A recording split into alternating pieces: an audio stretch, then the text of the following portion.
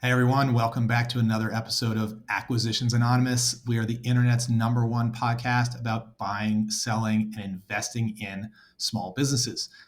This week we have a really fun one. It's just Michael and I. We had two really cool deals.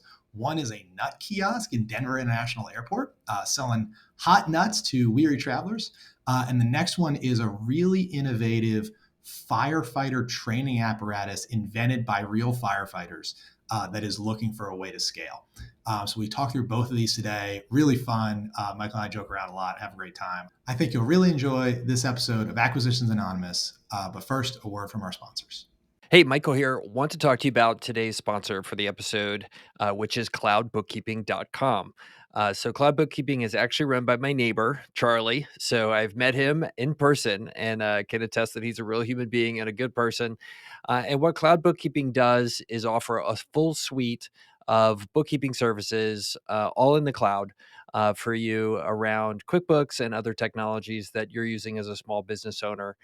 So if you're interested in getting the bookkeeping part of running a business off of your plate and focusing on running your business, Charlie and his team are one to call.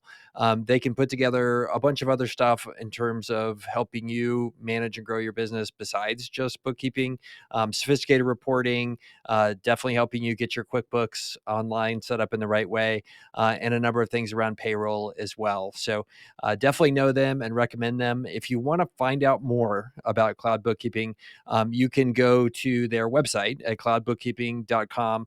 Reach out to Charlie. I know many of you have, and see if he can help you make your running your business easier and more fun by letting them help with a lot of the bookkeeping solutions. So, and when you call, mention this podcast.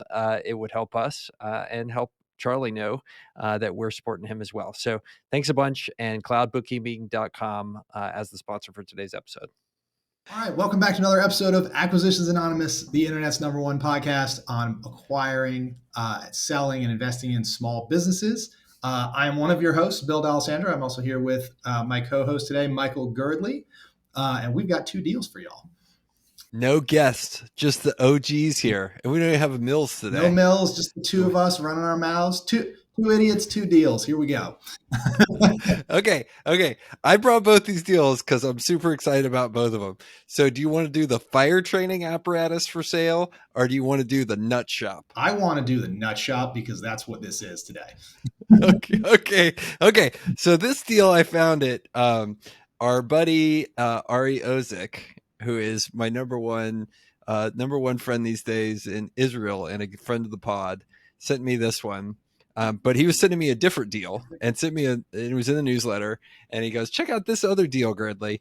And I was looking through the newsletter. I was like, oh my God, like this is a crazy deal. Look at this other one. So anyway, I pulled it up. So I've got it here on the screen, and it says all caps, semi-absentee owner. It is a Denver airport dried fruit and nut kiosk, and it is listed by First Choice Business Brokers. And they have a 1-800 number, like every classy business broker does. So it is the picture here, for those of you who can't see it, those of you not on YouTube, is a picture of nuts with a scoop in it. And it says Denver International. And so this is a kiosk that sits inside the Denver International Airport. Category is food, restaurant, miscellaneous retail. The asking price for this business is $69,000. It has gross revenue of $382,000 and total adjusted net income of $60,000. So asking price is approximately $70,000. They're asking slightly less than 1 time's earnings for this nut kiosk, which they claim has a $20,000 value of nuts, the little kiosk and all that kind of stuff.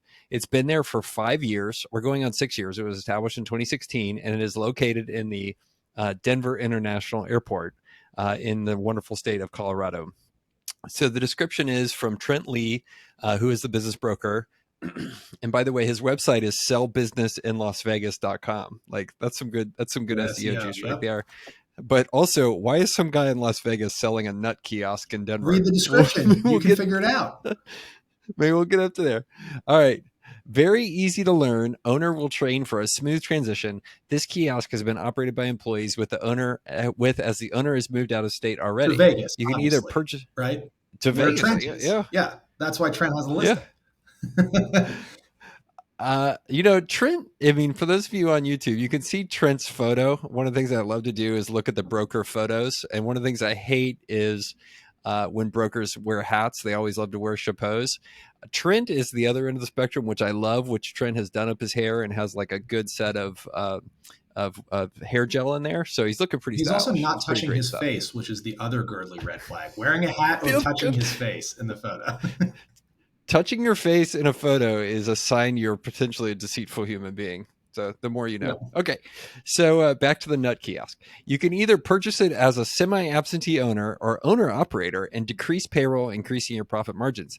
Denver is the fourth busiest airport in the United States. Located in Denver Terminal B with very heavy foot traffic is an 8x4 cart with beautiful display, computer point of sale, and supplies. For more information, including a detailed confidential opportunity summary with financial information and photos, please use the form on this page and request more information right away. So they do have a bit more numbers here that we should look at, Bill. The base rent is $4,500. I assume that's $4,500 per month. Um, Otherwise, it would be like really cheap. So that sounds right. They have one full-time employee and 5 part-time employees, and the owner has since moved out of state, I guess relocating from Denver or Colorado to the Las Vegas area and go from there. They have $10,000 worth of inventory and $20,000 worth of equipment and fixtures. Bill, do you want to own the world's greatest nut kiosk in the Denver International I Airport? mean, so they're selling munchies in the Denver International Airport, which is not a terrible business, I would imagine. Seems like a growth business. So things I like about this, the guy doesn't live in state. He's got Yeah. not just employees running it, but multiple employees. It sounds like he's got like multiple people that he can call in if somebody is sick or doesn't show up. So it seems like he's got a bench because it said he had 5 part-time employees and 1 full-timer. It's cheap. It's 1 times earnings. And it seems like this is a pretty nice passive cash flow thing. Yeah. Here's the thing I don't like about it. It's only $60,000 a year of cash flow. Like Right. this is going to take up a fair bit of brain space, I would think, for $60,000 a year. Yeah. Just like somebody gets sick, I don't know how much you have to organize the who shows up every day and orders more nuts and pays off the guy at the airport to let your people do security. Like I don't know, right? I'm sure it's all doable, but like there's brain space here. So like There's 100. Yeah, there's 100% chance you will, as the owner, scoop nuts at some point during the year to a customer because somebody doesn't show up the day before Christmas, which is the busiest travel day of the year, or the day before Thanksgiving. exactly. So like that's the thing. If this were like 5 times bigger, interesting. Now, Yeah. like I don't know, can you open another one in a different concourse in the Denver International Airport and double your business? Yeah. Maybe. If you've ever been to The DIA, I lived yeah. in Denver for 6 years. Flew a lot out of DIA, and they've got like these huge, wide, long concourses. And there's C's Candies, there's this nut shop, there's the one selling marijuana shirts and stuff, with Colorado flags on them. There's like all these things. So there's a lot of kiosks, there's a lot of real estate, if you will, in DIA for these things. So who knows? Maybe you just get another spot in Concourse B instead of A. Yeah. So I mean, I think the inverse here that has me also scared about this business is if this business loses its lease at any point, this business value is basically zero. So that is the first thing I would dig into on this business. Like, it's great that it's being sold for 1 times earnings, basically, or as you described, 1 times brain damage. But like the other thing I'd be very interested in, which he doesn't talk about here in the listing, so it has me a little spooked, is what is the term of the lease that they have? And if this lease is only like another year and it's a year to year options, like what are you actually buying here? Because you take a nut kiosk out of this thing, like, okay, well, maybe then you take it to a mall. But other than that, like nobody, there's no other place a nut kiosk works. Maybe you do it at a ballpark. But anyway, there's no other place you can do this business other than an airport, I think. Maybe, So that scares the heck out of maybe me. he knows that. Maybe he's got a year left in his lease. He expects to make $60,000 in a year, and you want to buy it for $60,000, and that's why it's priced at 1x. That does make sense. And then what am I left over then? I'm left over with a kiosk and a bunch of So nuts. basically, you get your money back and a free kiosk, free nut kiosk. Uh, oh, and some brain damage. Yep. and some radium. I mean, it is interesting to ask, why haven't these guys, why do they only have one? Like, wouldn't you have expanded by this point? It seems like the capital required to start it up is pretty negligible. I mean, they have $30,000 here required to generate a business that basically does 2x of invested capital per year. Like, why did they only stop at one? I don't know. This is the type of thing like you wouldn't be surprised to find out that the owner does own 10 of these and this is like the worst one. And he's like trying to offload it or something. You know what I mean? So I don't know. Like the thing that's interesting about this business is like if you were to get more than one though, how many synergies are there really? Because you could I see synergies if they're like in the same airport. But let's say the airport's like, look, we got enough nuts, like one nut kiosk is enough. And you open another one in Las Vegas airport. Like there are zero synergies, right? I mean, there's like each airport is its own country. It's behind security, basically, right? So like, there's probably no overlap in supply chain. There's no overlap in employees. Like maybe you get a little scale buying the nuts, but I would think you got to buy a lot of nuts to get scale on nuts. So like, like you could make this thing bigger, but it doesn't. There's no economies of scale. I wouldn't think. This would be a fun business if you're like, a retiring couple. That could be a fun thing for you. Like the most fun thing you could possibly do is show up and sell nuts for 10 hours a day. And actually, the reason I thought about this is the UPS store franchisee near me. I went in and go talk to these folks because I needed something notarized, and like they were both like 80 years old, and it's a husband and wife team, and they're just like the cutest little things. And they've got the most beautiful, well organized UPS store ever.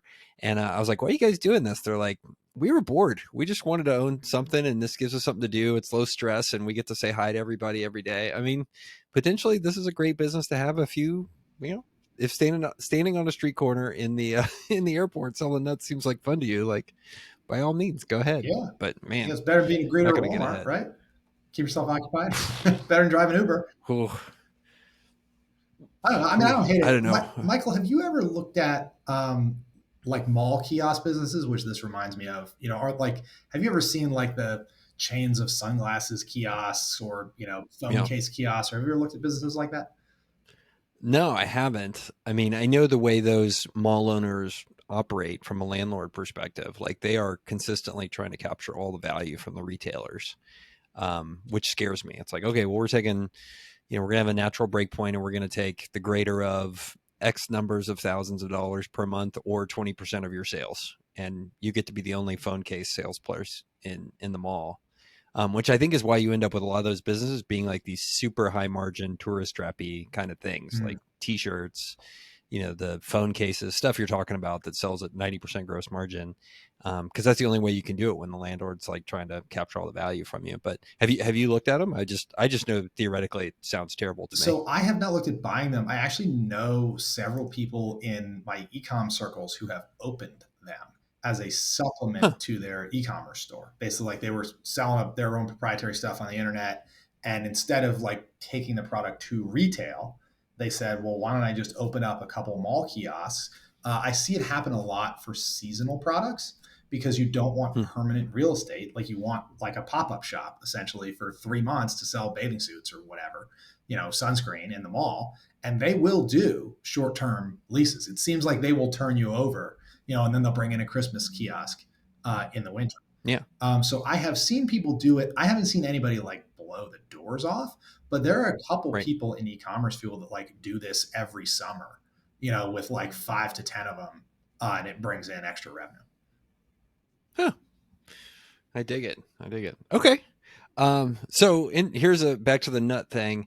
Would there be any way to kind of strategically take this as a platform and potentially raise the sales a lot? Because I think if we could get this to say double the sales, right, and make it throw off 120 grand a year as opposed to 60, that's much more appealing from stuff. So I'm just thinking, is there anything, and maybe they're precluded by the lease from doing it, but is there anything you could sell here or add as an ancillary thing to nuts that would make this like a better business based on just the investment that you have? So chocolate comes to mind, but I don't know if they're precluded from selling kind of gift boxes and stuff like that. Yeah, I mean, it's your kind of your foot traffic is fixed, right? So it's all about increasing average order value, or potentially making more people stop by selling an interesting product.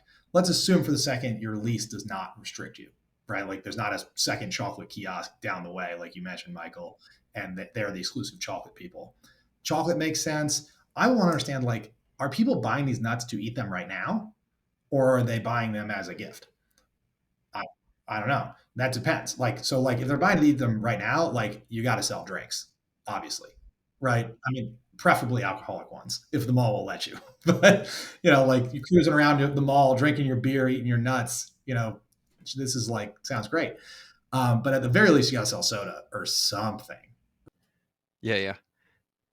So my friend, she owns an Auntie Annie's, the pretzel place, and it's like a combination Auntie Annie's and maybe Cinnabon. It's like something like that. It's like one of those combo ones. But so guess what her number one SKU is by far? At Annie Ann's, it's not a pretzel.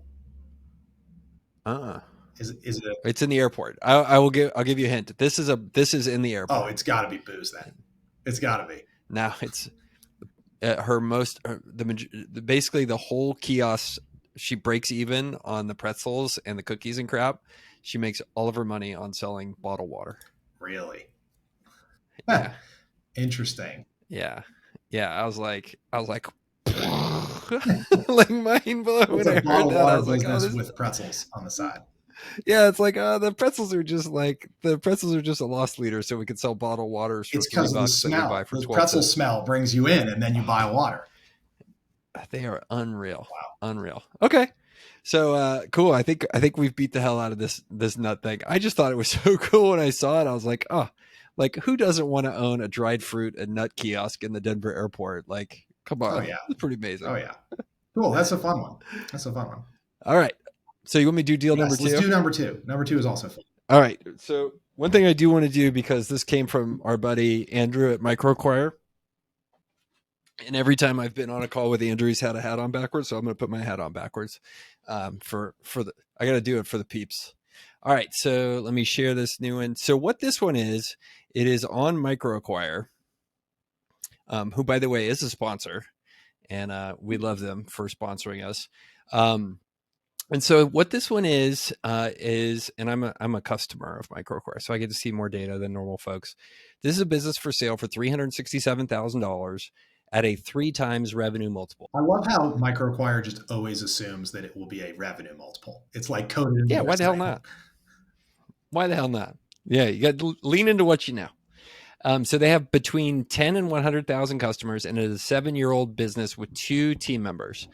So it was started in May of 2015, and right now it is July 2022. It is an e-commerce startup located in the United States, and the title of it is Firefighter Training Tool Manufacturer. And that is an e-commerce business that had done 122,000 in the last 12-month revenue and 40,000 in profit. So 30% profit margin. And what it is they sell a training device for firefighters designed to simulate the use of a self-contained breathing apparatus. So that's the thing that they put on their face when they go in to fight fires or there's smoke and that sort of thing. And they have the firefighters have the oxygen and air, compressed air in their back that they carry in. And so what this device does is it helps prevent line of duty deaths by allowing more frequent and realistic training. Okay, so basically, if you're going to learn how to function with one of these breathing apparatuses on, this gives you like a simulation of that. So they did 14,000 in revenue last month. So again, the trailing 12-month revenue is 122,000, and they did 8,000 in profit last month with 40,000 over the last 12 months. There's a competitor, a company called Training Mask, which I will Google here in a second when we start to talk about this, and look at it from there. So the business is growing. So they grew 33% last year. They do have a P&L, and they contract out their manufacturing, assembly, and packaging, and they only sell wholesale in orders of units of 100 units to large distributors with sales staff in the fire service industry, who then sell our products to fire departments, fire academies, and individuals. And they sell an injection molded physical product. So they see the different ways to grow the business.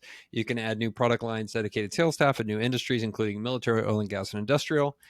So what this does and how it works is it connects to an existing firefighter mask, allowing each person to train his or her own equipment. It can be used in simulated fire drills or just during workouts. It is designed to let each member of the team department drain as often as possible while experiencing the sensation and full effect of the breathing apparatus. I've never worn one of these breathing apparatuses, Bill, but I gotta assume that it just you have to pace your breathing, and it's kind of like scuba, right? You're Yes. just scuba in normal air, where you got to just breathe the right way, or you can totally screw stuff up. I know when I did scuba training as a kid, they were like, "Here's how you can hyperventilate it 50 feet below the water and drown. Like, don't do Right. this." So, Well, I think there's stuff you have to do. at risk of pointing out the obvious, SCUBA stands for self-contained underwater breathing apparatus.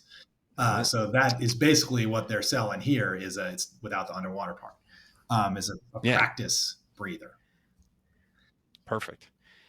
We currently contract our manufacturing and sell our two products exclusive to large distributors at stocking quantities, and then they sell on from there. And they claim to have a third product ready for new launch. Lots of ways they think they can grow the thing, and what you get. So the founders, and the reason they want to sell is they are full-time firefighters. So they're eating their own dog food here, building something that they wanted.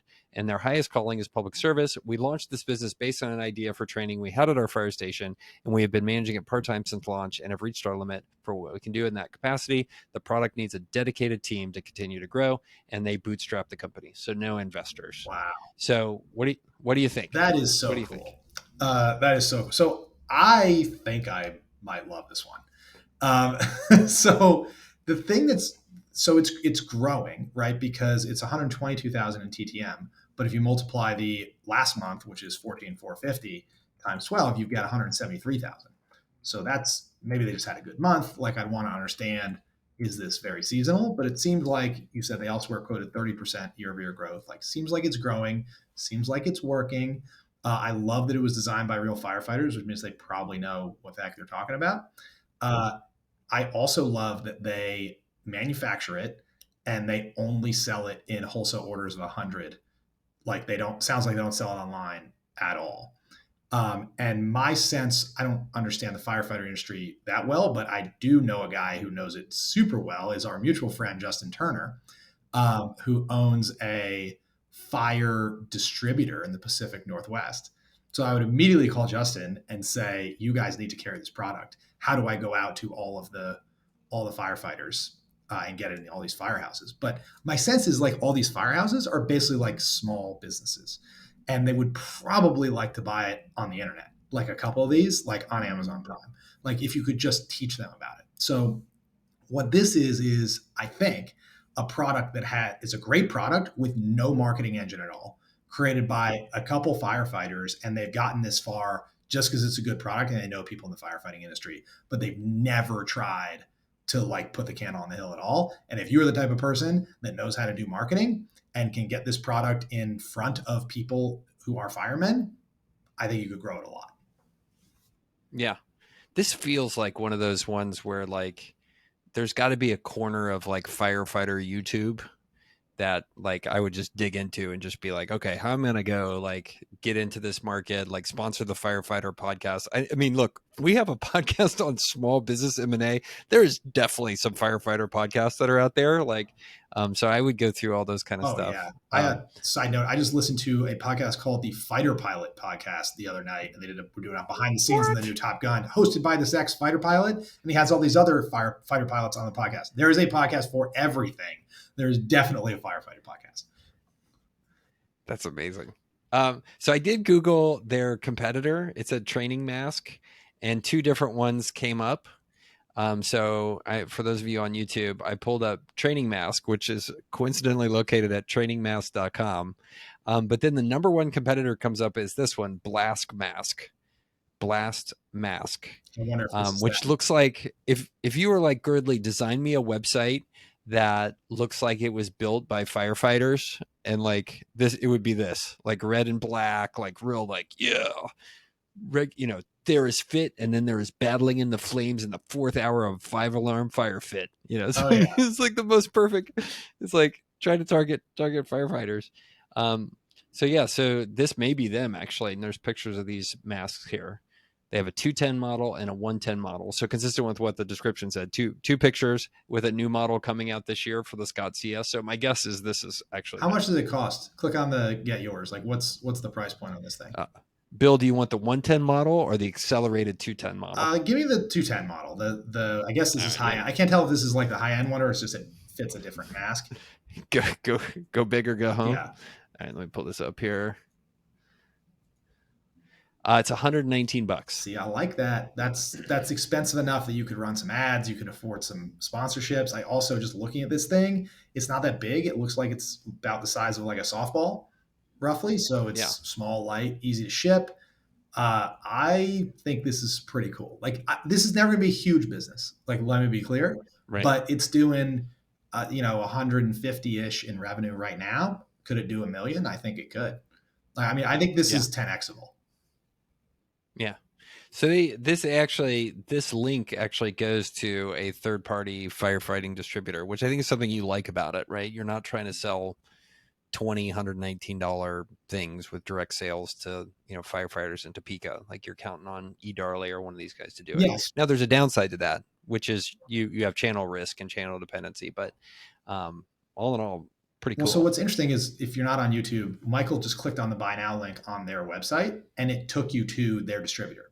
So there's no native e-commerce on their website at all, which means this $120 fire mask, they probably sold to the distributor for $50, right? So if they could get like some podcast going or some Facebook ads or firefighter YouTube or whatever, you just go from making $50 a mask to $120 a mask, right? I mean, less CAC and all that stuff.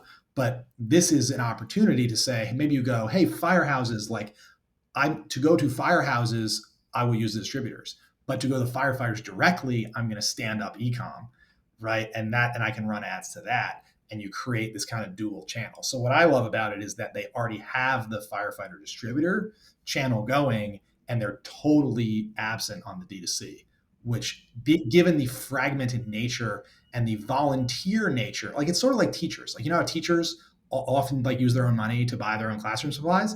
I could totally see firefighters who are enthusiasts, right? If you're a volunteer firefighter, you just kind of love firefighting and fire equipment and all that stuff. You could totally see them just spending their own money on this thing, right? So I think that's D2C business model right there. So I'll give you a new target market that I don't even think they're thinking about. And I can tell them that it's a real target market because I'm a member of this community is CrossFit idiots. And I, as a CrossFit idiot myself, like the things that CrossFit people love to do is like do things that look like you're super hard and tougher than the next guy, but you're really not.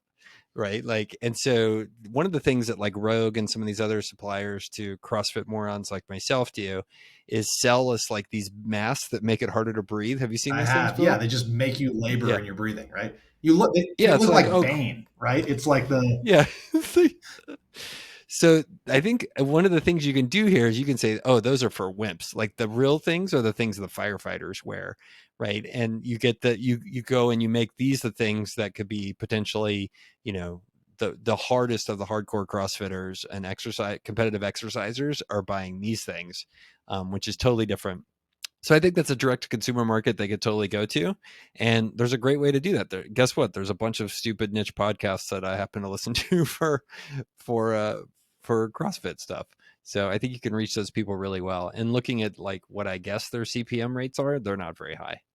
Yeah, I mean, this is the type of thing you got to get some hardcore CrossFit dude to be like, you know why I'm super hardcore? Because I use the firefighter one, not the regular Bane one, right? Like this one, I used the Bane one before that made me look like a movie villain. This one though Yeah. is way harder, and look at all my abs, you know? So the shocking thing still is like you compare a very popular CrossFitter and what their earnings are to like the number 300th best paid golfer in the world. And like the guy barely on the PGA tour is making more money by himself than all the professional CrossFitters put together. Like they just have not figured out how to make money for these guys. One of the guys who was like the Michael Jordan of CrossFit, this guy, Matt Frazier, he basically quit because he's like, I can make more money selling courses about how to be fit via YouTube videos than I can being a professional CrossFitter and not damage my health for the next 2 decades.